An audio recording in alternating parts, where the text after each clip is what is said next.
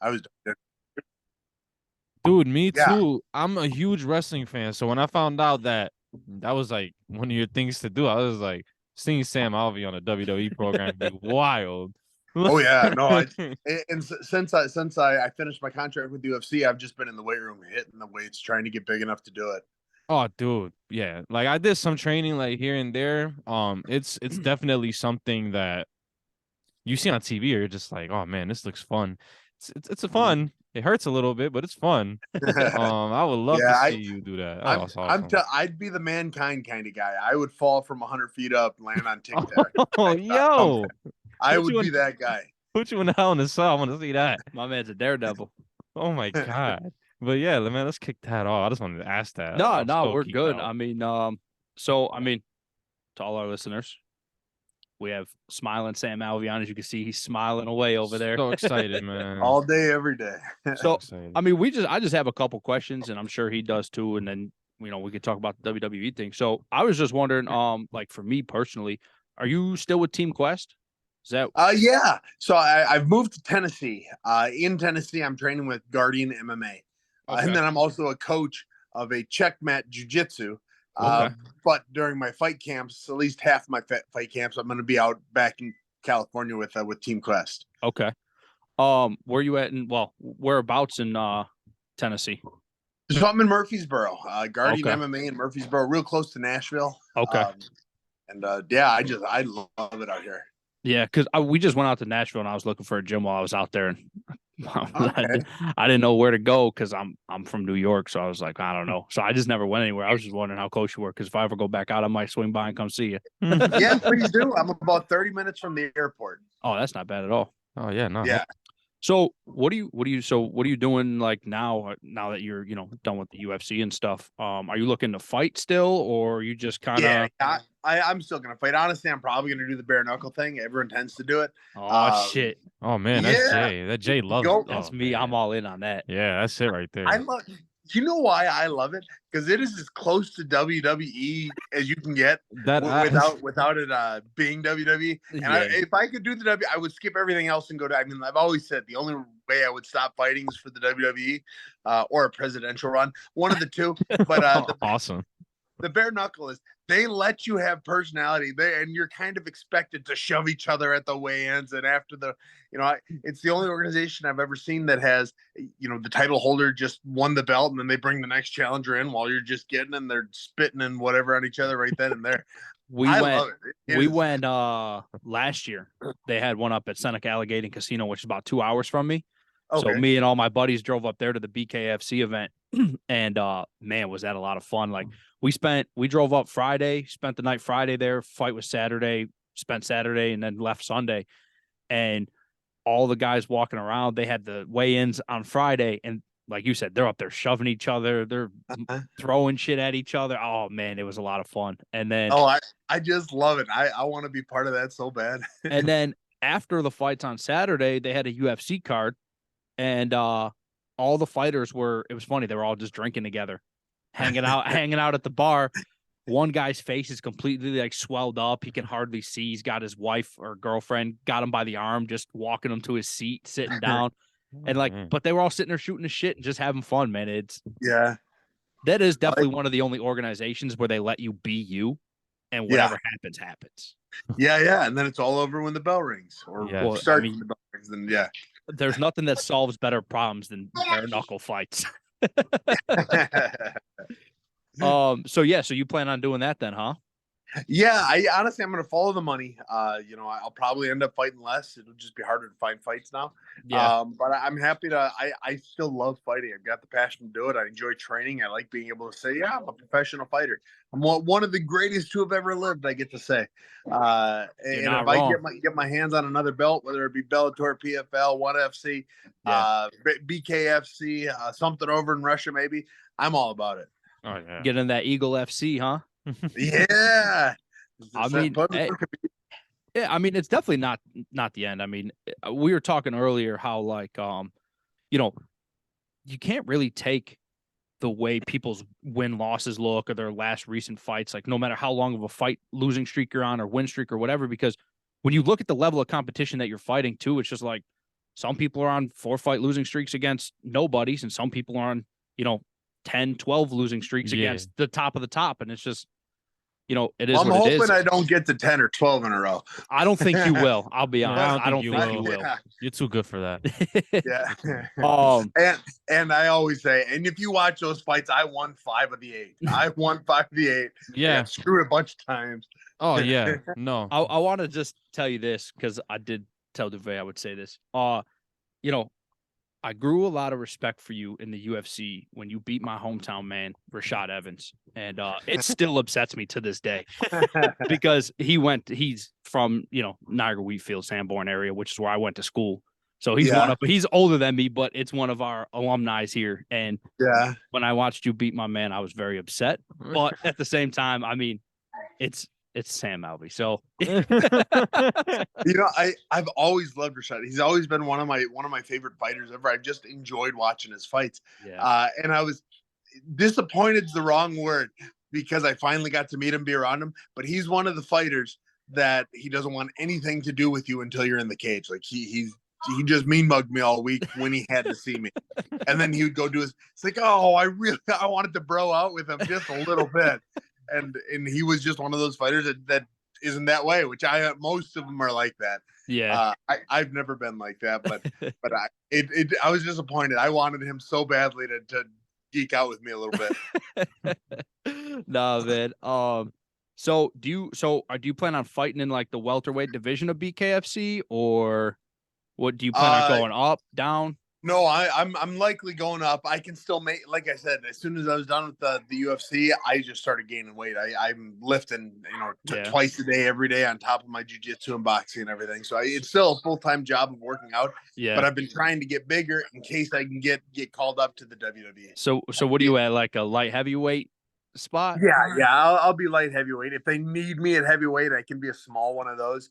And if they need me back at middleweight, I can suck it up and cut the weight. But I'm a good sized light heavyweight right now. What was your favorite fight of your career? Oh, in the UFC, my favorite fight was Nate Marquardt. It was the Nate Marquardt fight. He was my coach on The Ultimate Fighter. Yeah. And so I'm one of the. I mean, I've got over 80 fights. Total professional, amateur. I've got over 80 fights. And very rarely do fighters get to fight their coach. And I got to fight my coach in the UFC. And so that one really rings kind of true to me. And beat him at that. And I beat him at that. So I love that. Sure. I think one of my best performances in the UFC was against Datlin Young. One of those fights I got screwed on. Yeah.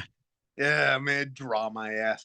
That was probably the best I've ever looked. I feel I love watching that fight over and over again. Yeah, we talked about it with Jared about sometimes draws or the way fights get called is Don't agree. It's really got to grind your gears sometimes, man. Because I'm telling you, you know what they do? They go to Home Depot the night of the fight and they just say, "Hey, who wants to judge?" Sorry, get in the truck. And then they go to the That was it. Who needs a quick 10 grand? You want to That was it. Want to come call this fight real quick? But no, man. So one of my questions was, were you completely done fighting? But obviously you answered that. So yeah, do you? Oh, yeah, okay. So like this is back to the WWE stuff. Okay, yeah. He's a big look, WWE head, look, man. me, like I always had this dream. I was like, look, if I could have one match, just dream match, I'd be like, Seth Rollins, last man standing at like SummerSlam. That's like me. I love shit like that. Yeah. If you had to pick a dream opponent, like you could pick dream opponent, stipulation, and pay-per-view. Like, what would it be for you? All right. So, well, everybody loves the Royal Rumble. I would love to be in the Royal Rumble. I think that would be a blast. Awesome. But as far as specific match would be a Falls Count Anywhere against Shane McMahon. I would have so much fun falling off of whatever and jumping off whatever with him. He's undervalued with how good and entertaining a wrestler he was. Dude, I always say that. I'm like, dude, for as much shit that people give Shane, he will literally die for entertainment. Like, he's the Boston's kid, and he did crazier stuff than Mankind. I mean, That's Yeah. what I'm saying, dude. Jumping off the most recent thing was him jumping off the cell, but getting hit with a kendo stick off a Titantron, fucking like just like getting German suplex through plexiglass. Like I don't know, man. Yeah, I give him a lot of credit, dude. Like Shane McMahon is definitely one of like the most entertaining guys. He's had some matches that I just love watching over and over and over again. that they're wonderful matches, and I would love to be part of something where I can be remembered with him like that. It was something cool would happen. So where would you have what pay-per-view would you have? Like would you have it like at like a Extreme Rules or like a Mania or what? What would you I mean, you gotta say Mania just because that's the biggest of all. Yeah. But my neck, I mean, we just watched the Royal Rumble here. Was it last week or 2 weeks ago? Yeah, last week I and watched it too. I love the Rumble. I love it. Yeah, nah, man, I'm just geeked out about that. Yeah, We no, gotta talk more about this at another time. But yeah, that was Yeah, good when for I me. seen that and I brought it up to him, man, I was like, "Yo, you're gonna love that this man wants to be in the WWE because that's like I said, that's I used to watch it. I don't watch it that much anymore. I'm more into like the jitsu, bare knuckle. My weekends are always filled with some sort of pain and suffering. Nah, yeah, I just love that. Hey, yo, future tag team or something. I don't know, but you have me all happy. That's great. Oh, that would. It's my dream to get in there, and I would do AEW. I like AEW too. Love I just don't follow AEW. it as much. Chris Jericho is one of my favorite wrestlers. He might be my favorite wrestler of all time. Yeah, mine's is Eddie Guerrero. So Eddie's way up there.